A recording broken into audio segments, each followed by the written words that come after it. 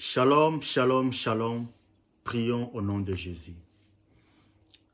Éternel Dieu des armées, toi qui es le Très-Haut, toi que tous genoux fléchissent devant toi, toi que toutes les langues confessent ta gloire, toi qui es le Tout-Puissant, toi qui as tout créé, toi qui es incréé. Merci de nous faire grâce de partager ta parole. Et merci de mettre à ma disposition ton esprit. Il est écrit dans ta parole, les prophètes et les apôtres ont été poussés par ton esprit, raison pour laquelle ils ont parlé de la part de Dieu. Merci de bénir toute personne qui va écouter ces messages au nom précieux et puissant de Jésus-Christ de Nazareth. Amen. Alors, nous allons lire la Bible rapidement dans le livre d'Ecclésiaste, chapitre 9, au 4e verset. Je lis la parole du Seigneur. Pour tous ceux qui vivent, il y a de l'espérance.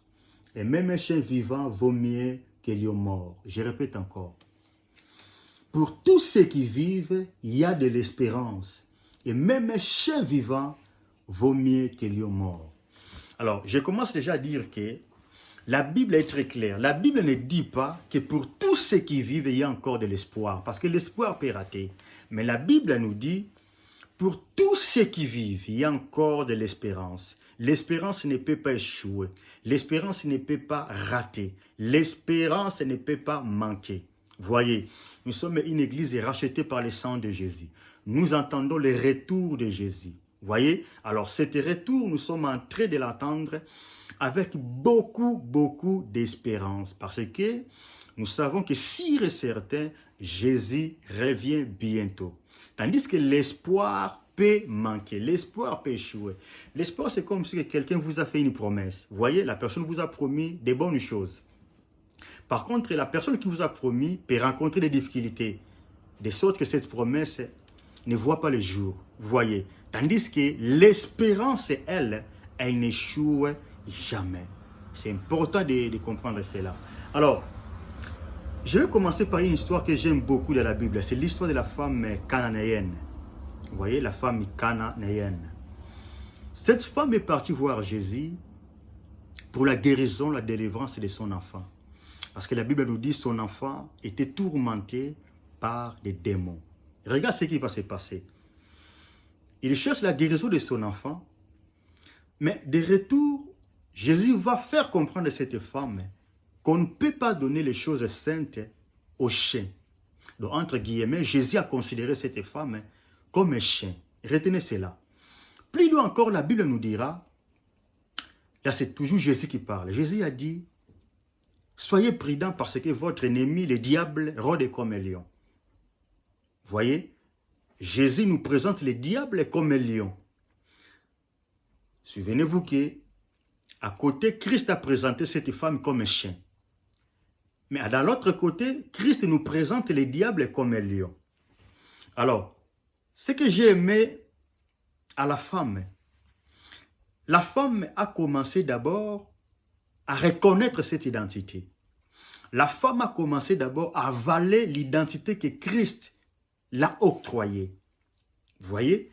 Parce que si vous lisez la Bible, la réponse de cette femme commence par dire « Oui, Seigneur ». Donc, entre guillemets, « Oui, Seigneur, j'accepte cette identité ». Écoutez, vous savez, dans la vie, c'est très important de reconnaître qui tu es.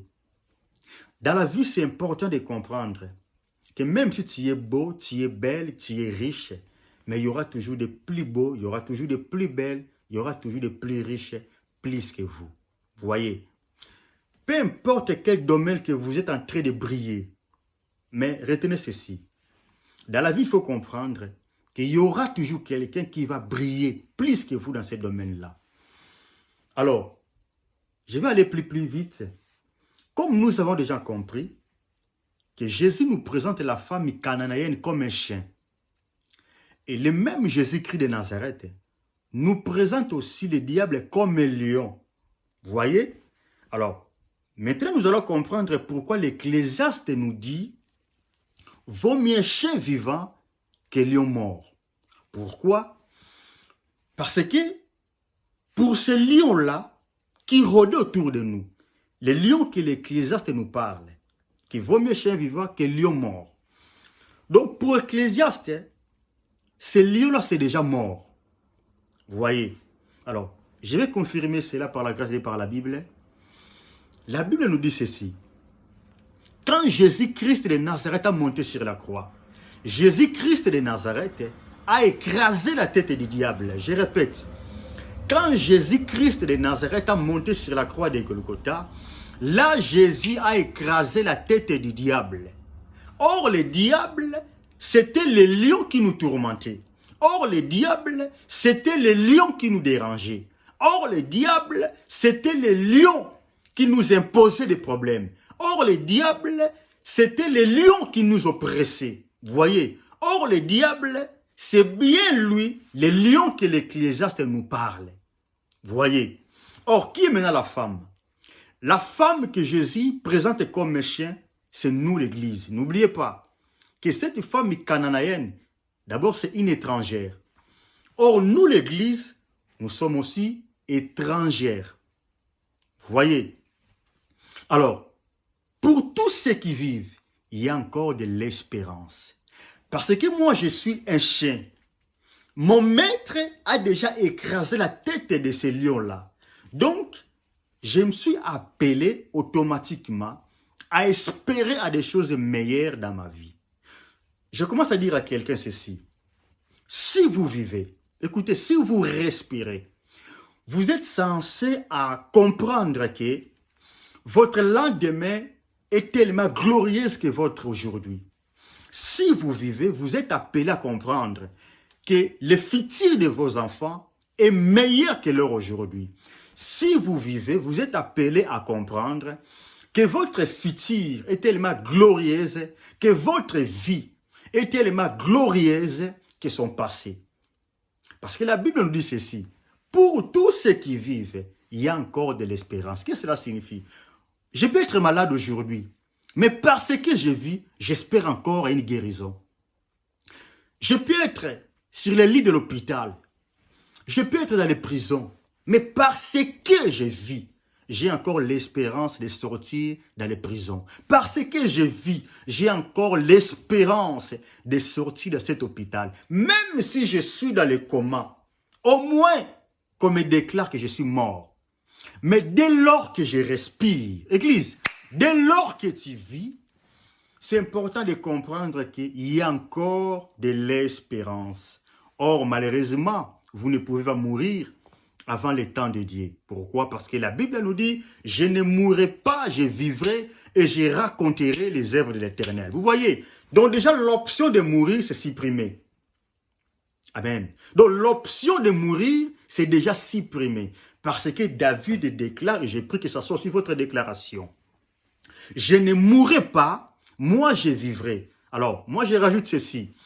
Je vivrai en abondance et je raconterai les œuvres de l'Éternel. Parce que je vis, il y a encore de l'espérance. Peu importe ce que je peux traverser, peu importe ce que je peux vivre, mais parce que je vis, il y a encore de l'espérance. Car vaut mieux chien vivant que lion mort. Parce que je vis, j'espère pour mon mariage. Parce que je vis, j'espère pour mon ministère. Parce que je vis, j'espère pour mon église. Parce que je vis, j'espère encore pour ma santé. Peu importe ce que le médecin peut déclarer. Mais parce que je vis, j'espère à celui qui a créé mon corps. Parce que je vis, il y a encore de l'espérance. N'oubliez pas l'Église, que notre ennemi, le diable, sa tête a été déjà écrasée. J'insiste. Même si l'ennemi vient pour vous intimider, rappelez-lui que sur la croix de Golgotha, sa tête a été déjà écrasée. Il ne fera absolument rien. Pour tous ceux qui vivent, il y a encore de l'espérance. Mon problème, ce n'est pas ce que je vis aujourd'hui, mais mon problème, c'est de garder l'espérance à celui qui est capable de changer ma situation. Mon problème, ce n'est pas de regarder des petits lions qui m'entourent, parce que par la foi, je crois déjà que mon maître a écrasé leur tête. Mais mon problème, c'est d'avoir l'espérance à celui qui a détruit les œuvres du ténèbre. Pour tous ceux qui vivent, il y a encore de l'espérance.